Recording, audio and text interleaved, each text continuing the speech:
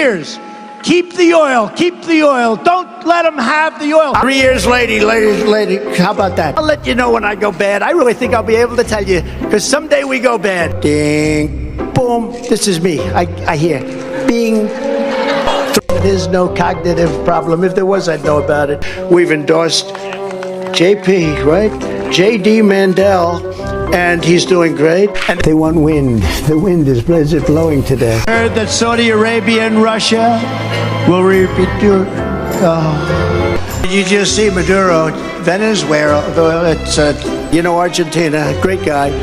He's a big Trump guy. He loves Trump. I love him because he loves Trump. That means defeating Kamala Harris in a landslide. Viktor Orban. Did anyone ever hear of him? He's the leader of Turkey. We are a nation that is no longer admired, respected. Haven't changed. Maybe I've gotten worse, actually. Please, President, we don't want any more electricity. We can't stand it. You see, he was a slightly troubled patient in an insane asylum. And he'd love to have you for dinner, you right there. I think actually the debate should take place before the votes start being cast. Where's Hunter? Remember the sign we did? Where's Hunter? We want everything to be run by wind. We'll put a windmill on the top of our car. Elvis had a guitar. He had a lot. We love Elvis, right? Jimmy Connors is good. He's also happy. I don't know anything about it. I don't want to know anything about it. Why would he mention Hannibal Lecter? He must be cognitively in trouble. No, these are real stories. I could stand in the middle of Fifth Avenue and shoot somebody Donald Trump found guilty. All 34 counts of falsifying business records. Donald Trump's hush money payments to adult film star Stormy Daniels. She'd had an affair with Trump. I am the chosen one. The Trump Organization frauded the state of New York $354 million. I'm very greedy. We must make America free again. How stupid are the people of the country to believe this CME? In the history of our country, instead of saying, thank you, ma'am, the snake gave her a vicious bite. Our country is sick. The USA is a mess. The sidewalks smell. Your country is being turned into a third world hellhole ruled by censors, perverts, criminals, and thugs. Hot dogs. Let's talk about hot dogs. I just had one, actually. Elvis didn't have 50, and he had a guitar. I had no guitar. I didn't have the use, right? We have languages coming into our country. We have nobody that even speaks those languages. They're truly foreign languages. And Billy Ray Cyrus is here. Where's Billy Ray? He's around here someplace. And I don't say clean fakes, although they do. I'm proud to be promoting the God Bless the USA Bible. It's my favorite book. China I just called to say hello. I said, I thought you were a DeSantis follower. Whatever documents a president decides to take with him, he has the absolute and unquestioned right to do so. I didn't take it out of my socks. I had boxes piled up in front of the White House. He's got boxes under his Corvette on his garage floor with a garage door that you can cut open with. Recently, former President Donald Trump has proposed a sweeping plan to impose federal oversight on Washington, D.C., with the aim of addressing what he perceives as crime and governance issues within the city.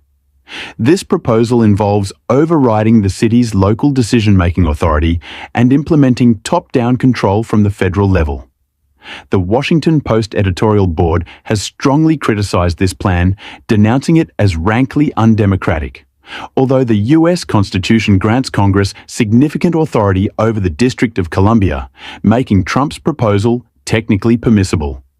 The board views it as a major regression for local political representation.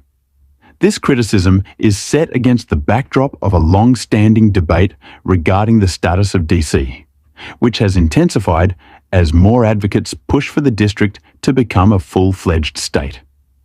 Such a change would not only provide D.C. residents with full congressional representation, but also prevent their local decisions from being subject to congressional veto. The editorial board pointed out that a glimpse into the potential implications of Trump's proposed federal control can be seen in the numerous bills introduced by GOP lawmakers in recent years.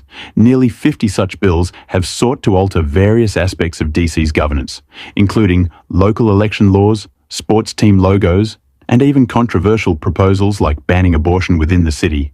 One of these bills even aimed to completely repeal the city's home rule, which allows local officials to govern without direct congressional intervention. These legislative moves are often justified as necessary measures to combat rising crime rates, which spiked during the pandemic and have remained high even as many other cities have managed to reduce their public safety issues. The editorial board acknowledged that the city has faced significant challenges, but also highlighted that democratic processes have responded effectively in response to rising carjackings and homicides. The DC Council enacted anti-Me legislation with support from Mayor Muriel Bowser. Additionally, the courts increased the use of pretrial detention for potentially violent offenders. Police intensified their efforts against open-air drug markets, and the city expanded its police force to address these issues in contrast to these local efforts. Trump's plan would place DC under the control of a federal congressional majority, which could be dominated by Republicans. This shift would effectively strip DC residents of any meaningful role in their own governance, forcing them to be accountable to a federal body rather than their locally elected representatives. The editorial board underscored that even if the city had not shown improvements, its residents have an inherent right to self-governance. This principle is enshrined in the nation's founding documents and underscores the democratic value of allowing people to govern themselves, even if it means their leaders make mistakes. The board argued that democratic systems, despite their imperfections, possess an inherent capacity for self-correction that centralized top-down systems often lack. Ironically, the board noted that the Trump Project 2025 document, an initiative that seeks to expand executive power and reshape federal programs with a conservative bent, endorses federalism, asserting that states are better equipped to understand and address their unique needs. This principle of federalism should logically extend to DC as well. The board concluded without making any special exceptions for the district in an interview with Laura Ingraham on Monday. Former President Donald Trump reaffirmed his controversial assertion that if Christians elect him this November, they won't need to vote again in 4 years because he will have fixed it so good. During the Fox News segment, Ingraham provided Trump with an opportunity to clarify his statement and dispel any concerns about interfering with future elections. There's a concern that you told a Christian audience they won't need to vote again in the future. Ingraham said, however, Trump did not retract or modify his remarks. Instead, he elaborated on his initial claim. What I meant by that is, Trump explained, I was speaking to a large group of Christians who were very supportive of me. This crowd was incredibly enthusiastic. He went on to criticize the current administration for allegedly mistreating Christians, and